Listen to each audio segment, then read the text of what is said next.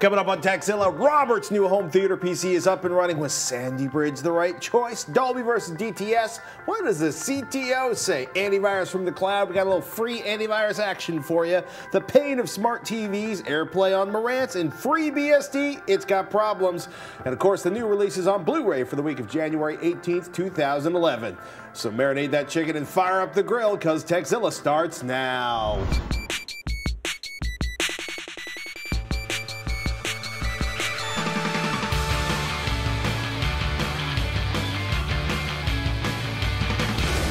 This episode of Techzilla is brought to you by FreshBooks Online Invoicing, WestHost, offering premium web hosting since 1998, and Gamefly. Go to gamefly.com/Techzilla to get a free trial membership. I'm Patrick Norton. And I'm Robert Heron. Welcome to Techzilla, hands-on reviews of the latest tech and how to make the most out of the gear you've already got. Hey, whether you're a beginner or tech support for your friends and family, if you've got a question about tech or what to do about buying ammo in Cali after February 1st, well, we've got an answer for you. Yeah, we do. And if we don't, we'll track down someone who does, just not on the internet. My bucket list has a new item. A new item on my bucket list: slap George Lucas for Greedo shooting first. Maybe for a charity fundraiser. You in? Yeah. $10? That's almost unwatchable. That one scene, I do like some of the other updates, though. Yeah, okay. That one scene just kind of ruins it for me. Yeah, there's moments where substituting like animation for foam rubber is really cool, but Yoda with the little... I hadn't watched the first movie in a while, and I was shocked at how much episode stuff they had. 4. Yeah, episode 4. That's, to me, is the first movie. Anyway. I was shocked at how many new scenes had been added since its original release, and I don't know where I've been, but I just kind of missed out. How about that new sort of electronic explosion they do? Well, that too, and Jabba the Hutt being there, and a bunch of the whole Mos Eisley space station's kind of changed, and a little bit. Most of it I like, but the shoot first thing, yeah, heresy. Turns out we know someone who was in the room when that decision was made. Like the final approval was made on that scene. Don't say it out loud. I won't. In more relevant news, yes, Verizon announced an iPhone 4, which doesn't seem to have ye old death grip problem, but definitely is a mobile Wi-Fi hotspot for up to 5 users. Unfortunately, it's a CDMA phone, not a 4G LTE phone, which means you can't use data when you're making a phone call, unless you're on Wi-Fi for the data while you're on the phone. Of course, as Connie Bus Rex gently explained to me on Twitter, quote, Verizon customers are used to the no data while talking. It's the same on every CDMA phone. On a related note, Verizon is also getting the iPad, and the Boy Genius report claims that iOS 4.3 will bring the hotspot feature to all iPhones, though we expect your carrier will have to play along too. I'm curious if the iPhone 5 will roll out with both Verizon and AT&T, in which case you might want to hold off before locking down your ass on a 2-year contract with Verizon. Sprint? I mean, Verizon doesn't have an exclusive, and Sprint does have a special announcement type press event coming soon, so... Go figure. Meanwhile, it turns out that VLC crushed VLC on the iPhone, or more accurately, Rami Denis Cormont, the driving force behind the open source project, Applidium, the crew that adapted VLC for iOS, were especially surprised given that people inside the project assisted them with the port, and the Video LAN organization approved the project before Applidium began. Thanks to 9to5Mac for that tidbit. And I'm actually looking forward to hearing a lot of unreleased Billie Holiday and Les Paul and quite a bit more. Universal donated 200,000 master recordings, basically a huge collection from the 20s to the 40s from the Universal catalog. Universal now being like the largest label in the world. Library of Congress maintains less than 15% of the music recorded before 1965 is currently available commercially, which means hitting up the dumpsters and the flea markets and you know, the eBay. Learn the lesson from video and film and get that audio archived perfectly. That's what I say. I'm actually I actually had an amazing 78 of Les Paul, who's he invented, amongst other things, one of the early pioneers of the electric guitar, and the guy who invented the 4-track recording, multi-track recording, which completely revolutionized the way people make albums. I had a 78 of his Jazz Me Blues, which was shattered in a tragic Cat record collection accident.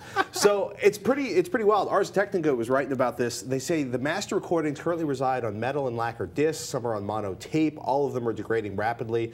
The Library of Congress is going to digitize them, make them available publicly for free. I can only hope they roll lossless on this. FLAC, please. Would be nice.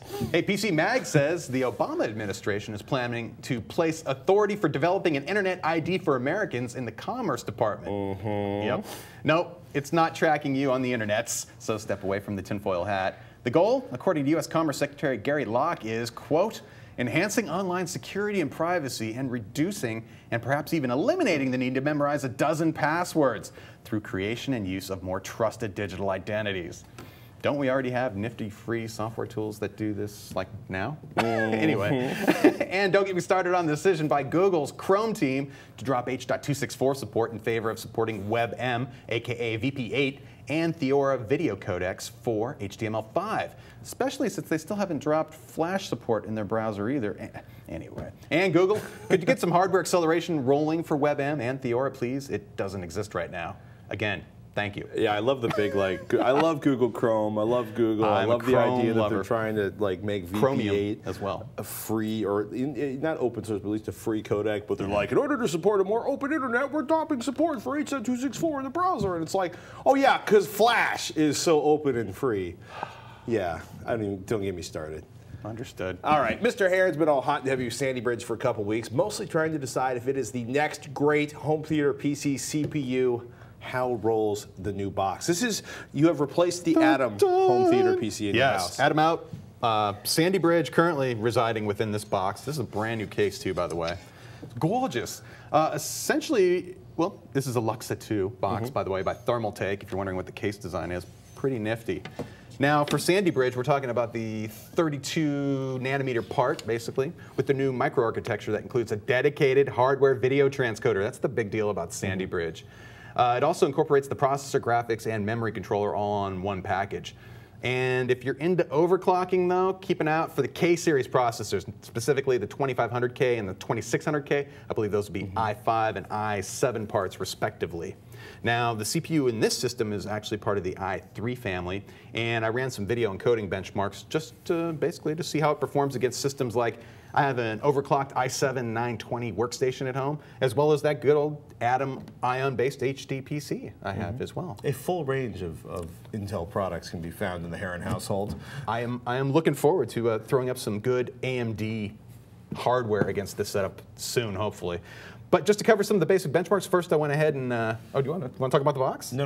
Oh, the seat and cable card tuner? The cable card tuner. The single most expensive part in that box. Anyway, I went ahead and ran some benchmarks using Handbrake, which is a multi-threaded CPU application, as well as a specific tool called ArcSoft's Media Converter 7 that has hooks now for not only GPU encoding for both NVIDIA and AMD, but as well as hooks for Intel's QuickSync technology that gives that's essentially the hardware video transcoder that's built into the part itself. Handbrake, our beloved Handbrake, is not currently taking advantage of Sandy Bridge hardware acceleration. No, it's strictly a multi-threaded CPU app. So that's where it kind of shows off the power of something like an i7 workstation like I was using. It's like, how fast can I go through? And I'm using a 1 gigabyte file that was about 9 minutes of HD video at 1080p 60.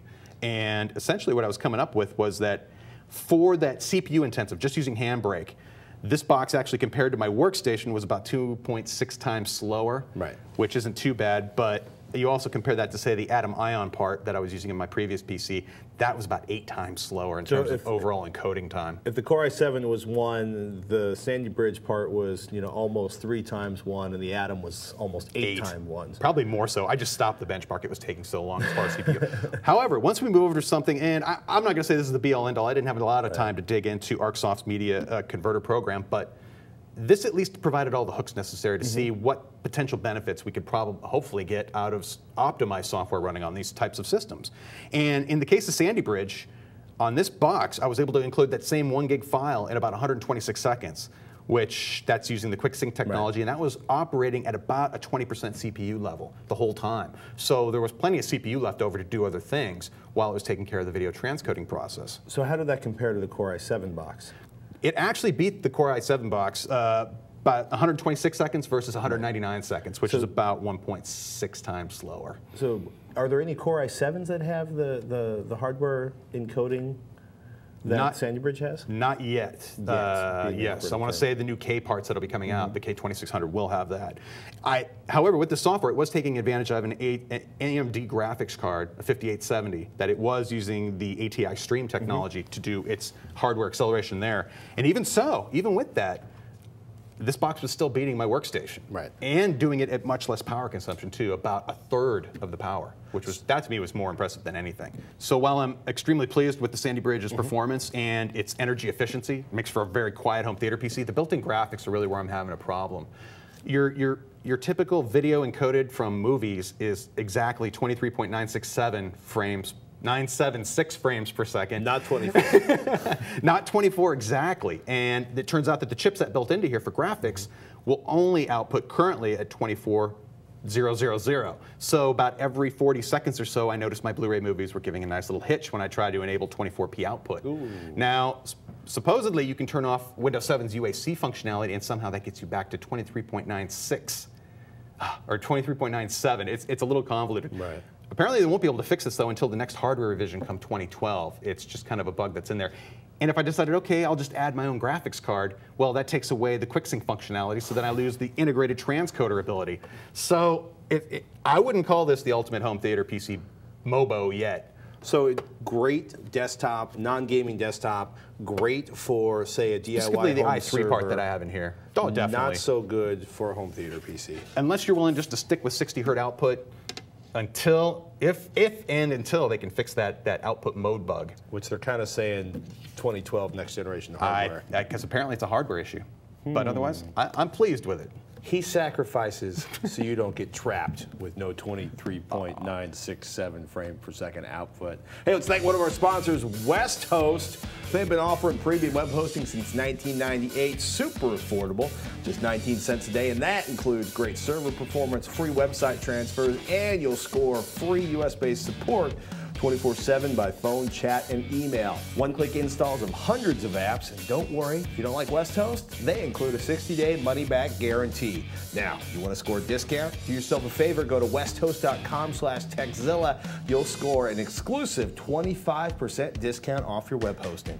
Please do us a favor, support TechZilla by supporting our sponsors like westhost.com/techzilla. Time to get our HD Nation on. William writes in, I'm as much of a geek as both of you, but I find myself wholeheartedly agreeing with John Herman's article on Gizmodo titled, I Just Want a Dumb TV. He's basically saying that the little computer that lives in smart TVs moves at a different pace than LCD and LED tech, and that smart TVs are becoming as disposable as smartphones. Herman also believes that rather than spending extra money on smart TVs, your money would be better spent on speakers or Apple TV-like set-top boxes, which are better designed than the smart TVs by Samsung or LG. What are your feelings about this? Thanks, Bill.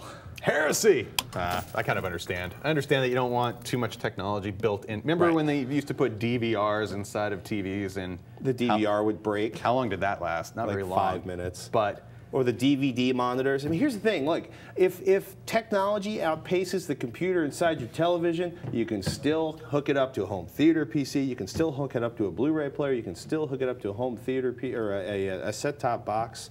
I say don't spend extra for technology you're not going to use. Always. I mean, why do that? But I wouldn't necessarily shy away from a TV that has that functionality built in. You can ignore that altogether and never plug it into the internet, never connect it, never worry about it, and still have a great experience. Because whether you like it or not, 3D technology and internet-enabled, basically internet add-ons in 3D are checkbox features for all the major monitor manufacturers. Everybody out there, Sony, Samsung, LG, Vizio, they all, to remain competitive in the big wall of televisions at the big box store, if they don't have their internet-enabled Netflix and they don't have 3D on almost all of their offerings, they're not going to be competitive when the super buying frenzy begins this fall. So basically, you're not really paying extra for it because you aren't going to be able to buy a monitor without it unless you shop at super high-end monitors or somebody actually does a couple models without it. And one difference between what I'm seeing nowadays from the app environments on televisions compared to even a couple years ago is the selectivity and the ability for you to pick what you want to put on the TV. It's not just a preset set of functions anymore,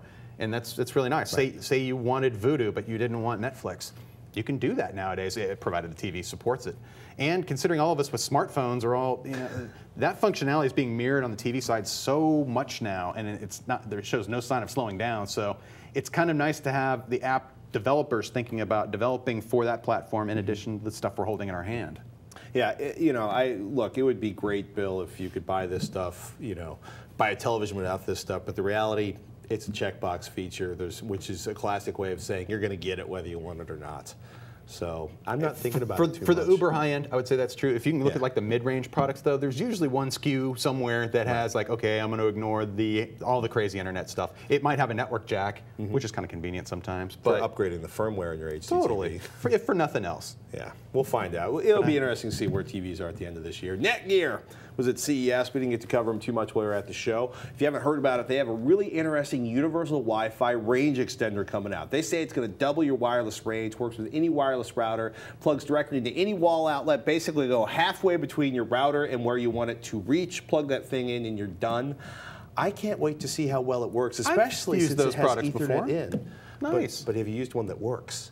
It wasn't bad. We did just that. We set it to the halfway point of where the signal started to go wonky, and we needed to get it out past the garage. And sure enough, it just picks up that signal that's flowing up to that point and kind of like rebroadcasts it out over using the same network information. So I will be curious. Problem is like there's like in your apartment building, there's like 32 freaking Wi-Fi routers within 10 feet of your apartment, so that could get ugly. I don't know. Big announcements from Netgear all around networking your HD TVs, your Blu-ray players, your set-top boxes. Yeah, Netgear's got a new set-top box, a Neo TV 550. They want you to feed it video from the ReadyNAS Ultra 2 home media server, which is TLNA ready. Has Orb streaming to your mobile devices built in, and it expands your TiVo capacity. Something nice for Robert. The big deal they had there though was 3D HD wireless home theater networking kit. Netgear says they basically rewrote how they created this, just built this router from the ground up for jitter-free 3D HD over 802.11n, 4 devices max. No change to your existing wireless setup because it's designed to handle multiple HD streams, basically from your server to multiple HD devices. It's a dedicated router for HD video, and it's what Netgear says. If you want to do multiple HD streams simultaneously, you need this router. So I will be curious. I don't know if you need this router, but I would be curious to see the performance. I had 3 HD streams going in my house the other day, all off of a NAS device, and now I want to see how many more I could add. Wirelessly or hardwired?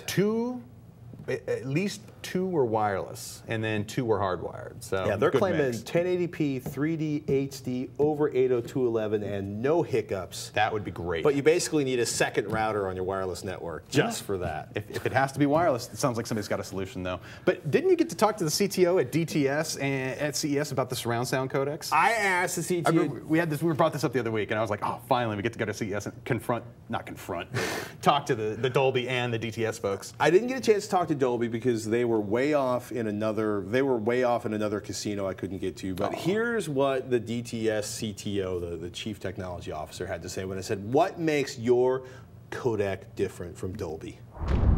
Dolby versus DTS, we have had a lot of questions from you guys about which one to choose. The reality is we don't get to choose. The studio chooses Dolby or DTS, but we want to learn more about DTS and how it differs from Dolby. Fred Kitson, CTO DTS, you are the man in charge of basically the encoding, right? Pretty much, yes, I am. So what's the difference between Dolby and DTS? That's like a 30-second answer, right? Yeah, I mean, the main thing really is one thing we tried to do is have one format that would go from a low bit rate all the way up to lossless. And that makes it a lot easier for the content producers. They produce one stream and that's all they need. So essentially when they encode something, it's the same front end, they're just choosing the amount of bandwidth that's employed? Right, so from that one encoding, they have the ability to produce a low bit rate that you might use, for example, as satellite transmission. You could use an intermediate rate for efficiency of storage, or you can go all the way to studio lossless. So that ease of creating content is one of the compelling features. So how about I got my audiophile ears on, I've got the perfect seat, I've got the room tuned, I'm listening. If I can actually find a Blu-ray that has both a lossless Dolby and a lossless DTS soundtrack on it, what am I listening for sonically that differs between the two? Well, one of the things, we certainly give the option to the content producer, people producing the Hurt Lockers and the avatars.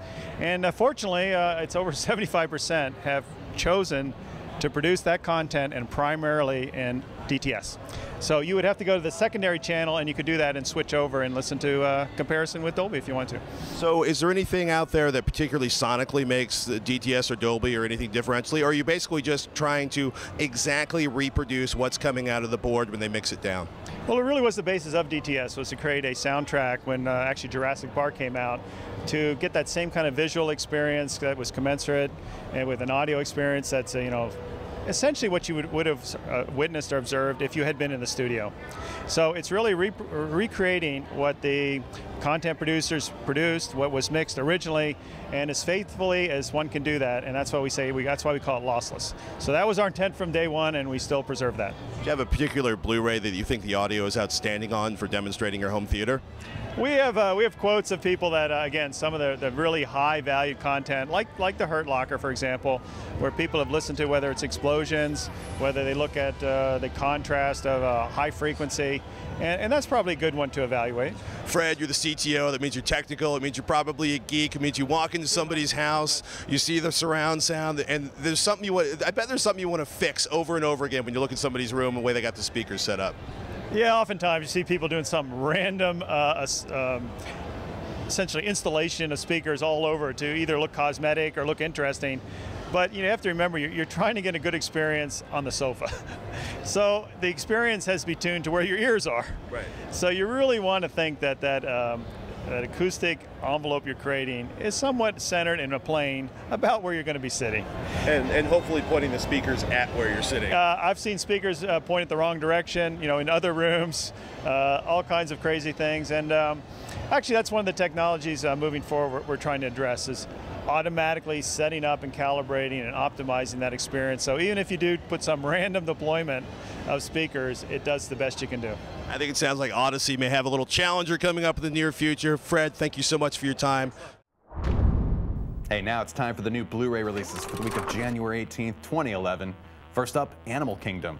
This brutal Australian crime drama released last year is the feature debut of writer-director David Michaud and won the World Cinema Grand Jury Prize at Sundance, multiple Australian awards, and has been nominated for a Golden Globe as well. It follows 17-year-old Jay, who turns to his more criminally inclined relatives after his mom dies. Needless to say, it gets intense as Jay gets deeper into the life that he had previously been sheltered from.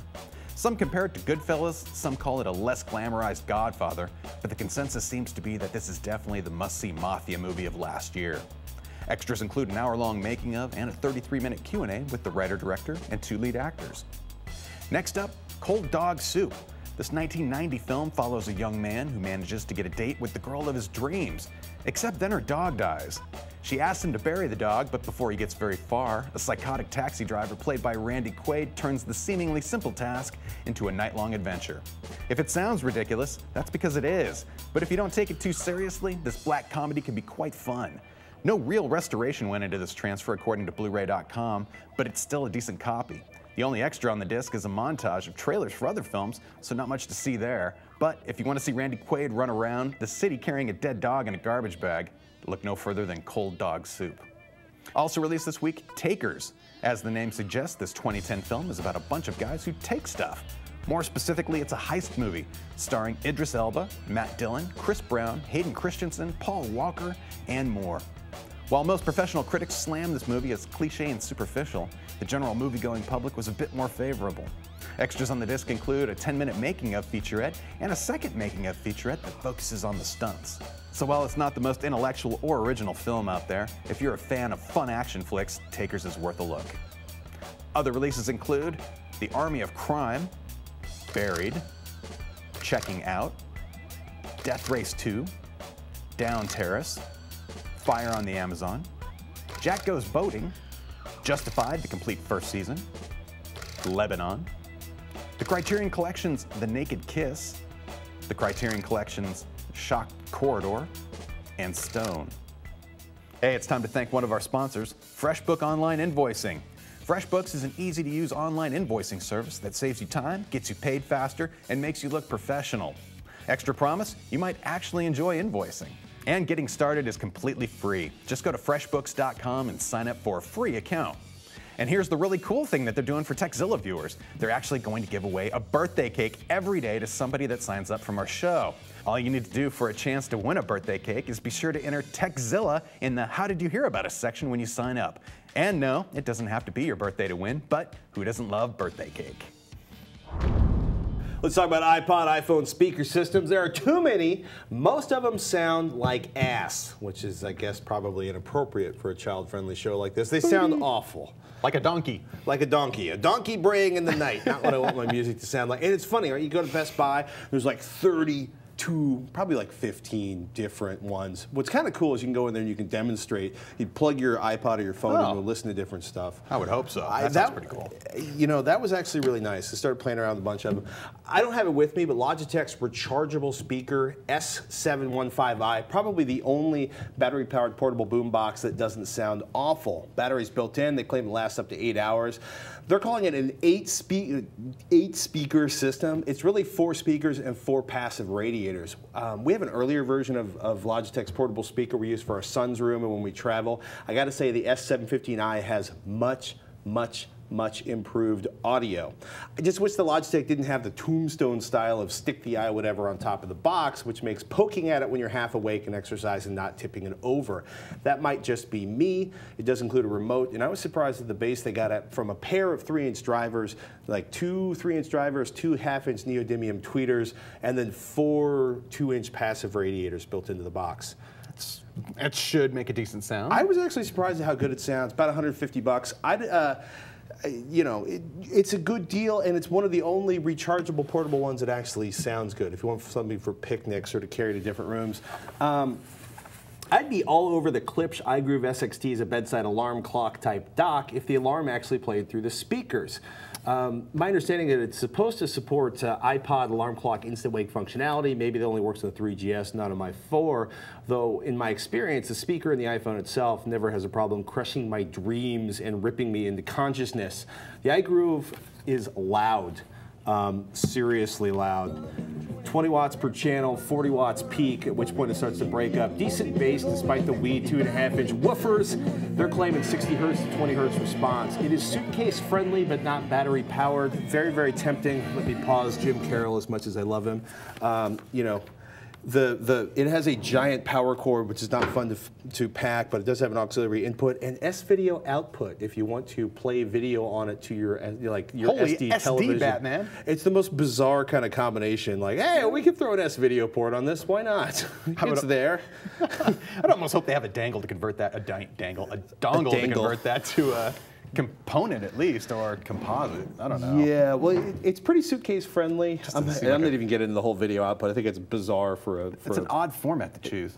Yeah, it's a very odd format to choose. I wish the power supply was smaller. It is a very decent sized brick, so it's not. This part isn't suitcase friendly. The speakers themselves are definitely not suitcase friendly. Check out the Monster Beats by Dr. Dre Beatbox dock for Apple iPod. Way too long a name, way too big for my nightstand, and at $400, bordering on the wife is going to kick my ass if I bring this home range. 2 5.5-inch mains, 2 2-inch mid/high-end speakers, and a really awesome volume control. It sounds really good. My favorite part is still the volume control. I don't know if you can kind of see the volume control on the side here. Ooh. Yes.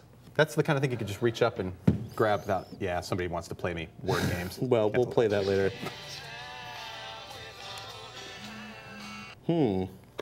Oops. For reasons, there are technical difficulties with playing your thing. Maybe we'll just make sure this is actually on. Dismiss, play, people who died. Pat's iPod will save the day. Actually, it's iPhone. Well, this obviously...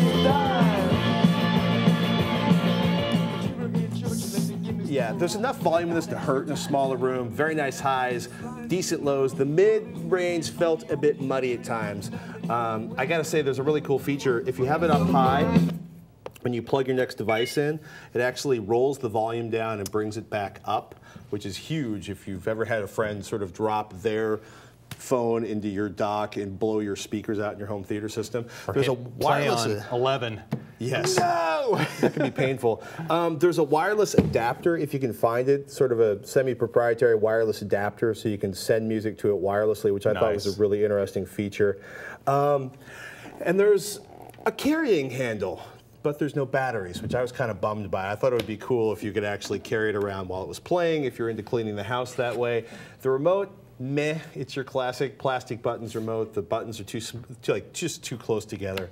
But I do love that volume knob. Looks perfect though if you need a little extra oomph in your outdoor party. I was actually surprised at how good a couple of these played. The build quality isn't unbelievable on this, but the audio quality is pretty solid. You know, bottom line on this, if it were $300, I think I would give it a thumbs up. But for $400, you're getting into the price of a decent sort of speaker-receiver combo, or maybe just buying it used. Maybe I'm cheap. Maybe I'm too cheap. I did like the volume control. Klipsch, definitely a thumbs up, and that Logitech S715, really, really good. Hey, we've been talking about AirPlay since it was announced. It's basically streaming music anywhere in your house wirelessly or playing content from your iPhone or your iPad on the hardware in your house. Came out earlier this year. Until last week, you needed an Apple TV or an Airport Express to make it do its magic. At CES, we had the chance to get it demoed hands-on by the folks at Marantz. It's a sister company to my beloved Denon. Talking about a $50 upgrade for a number of receivers and preamps from both companies, Denon and Marantz, and it's stupid simple to use. Check this out.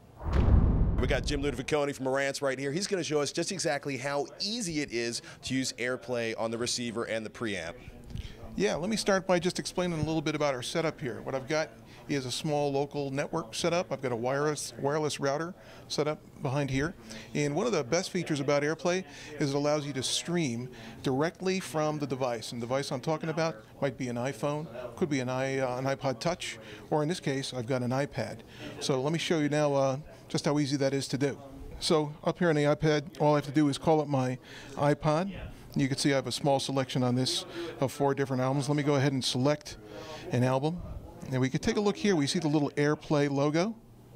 I'm going to hit that. And we can see that because I've got AirPlay, the connected Marantz components running on this system, that it's picking up my 2 Marantz components. Okay, so what I'm going to go ahead and do is select the MCR603 and then hit play. And that's going to push this song directly over to the MCR603. Now, I can only stream to one device from the iPad, but using iTunes, I can run it to pretty much anything and everything simultaneously in the house? Yeah, exactly. In fact, what we're thinking about there, we recognize that, especially in the case of an iPhone, most customers are not going to have their entire ripped library that they have in iTunes on their iPhone, right? They're going to have some subset, some smaller amount of songs. Well, you know, what if you have to be throwing a party, for instance? You know, we really want the customer to have a situation that's analogous to having a wall full of LPs or CDs, right? You have all your music at your disposal. What do you want to play for your guests, right? Well, that's why we give you the ability to actually access AirPlay through iTunes. So, Jim, certain segment of our audience not big fans of Apple and Steve Jobs. Can I still control these remotely without using an iPhone or an iPad? Yeah, you actually have a couple of different options there. Any type of DLNA 1.5 capable device is going to be able to stream directly to any of our new Marantz network products.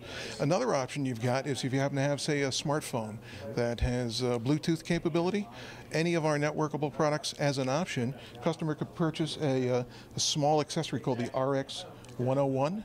What this allows the customer to do is pair their Bluetooth capable device with this, and this device actually supports up to 8 separate devices. So we've got 2 that are ready as of today, 2 more coming in the next few weeks. Anything coming out in the near future from Marantz you can talk about? No, I'm really not at liberty to talk about anything else besides AirPlay. We're very excited about that, though. Jim, thanks so much for your time. So, how did it sound? Actually, really good. I mean, obviously, it's a gigo situation. Garbage in, garbage out. The better the quality of your audio files on your home server, on your portable device, the better it's going to sound on the other end of AirPlay. It helps us have really good speakers. Marantz is making some really solid gear. They have for quite some time. I own a Marantz CD player I spent a bloody fortune on a few years ago.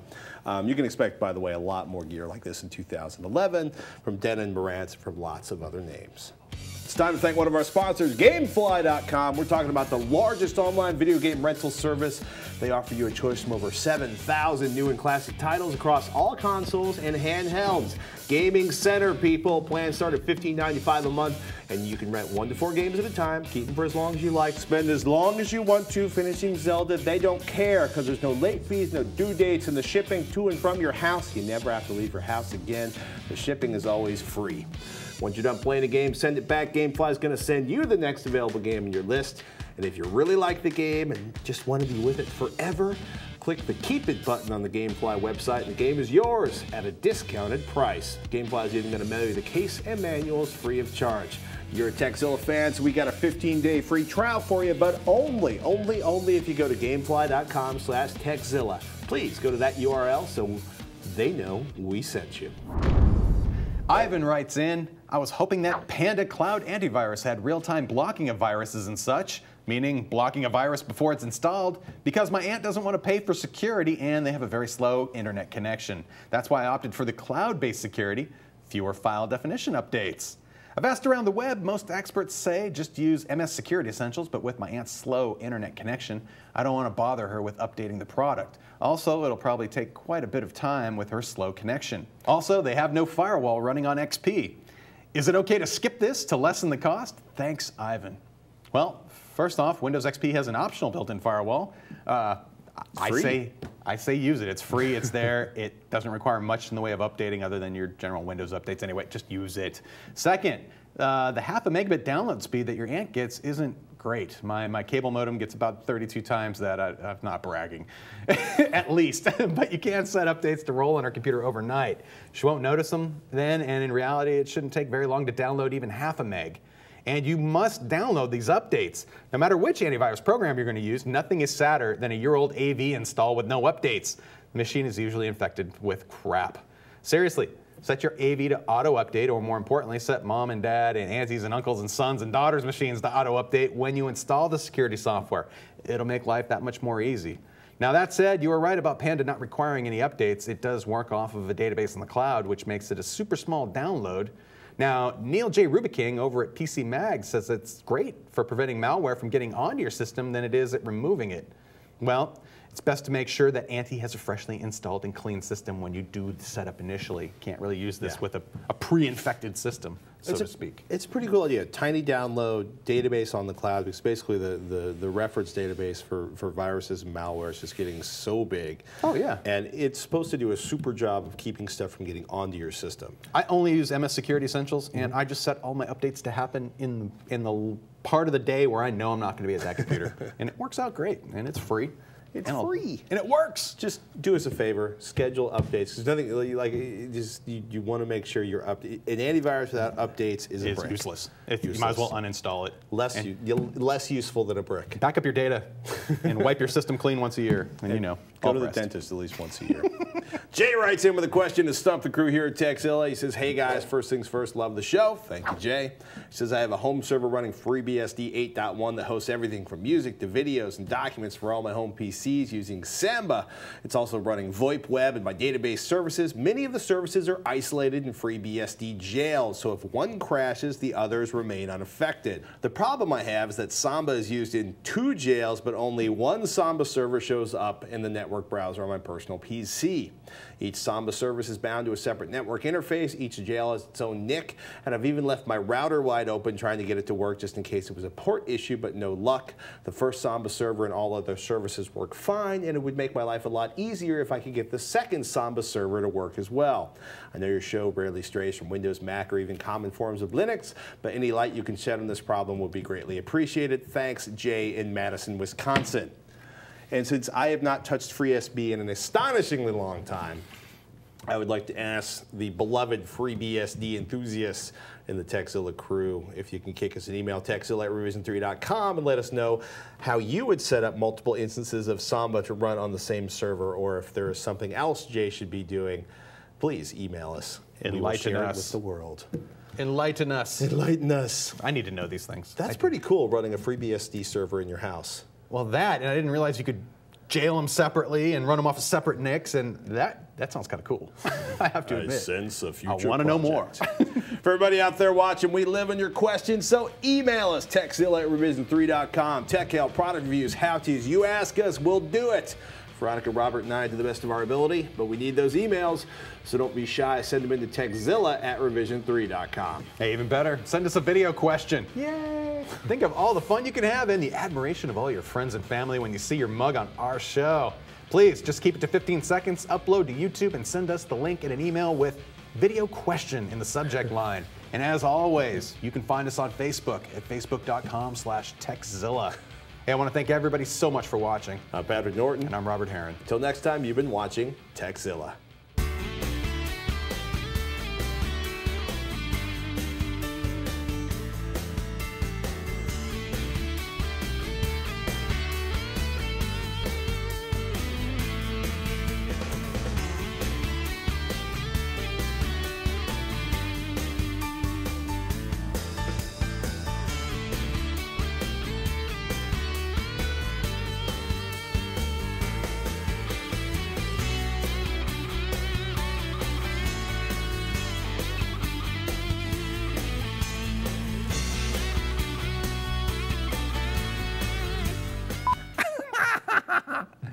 There. If you're a fan of fun action flicks, That 3, in 3, 2. Meanwhile, it turns out that VLC crushed VLC on the iPhone, or huh? A Palladium. It's all a Palladium to me, man.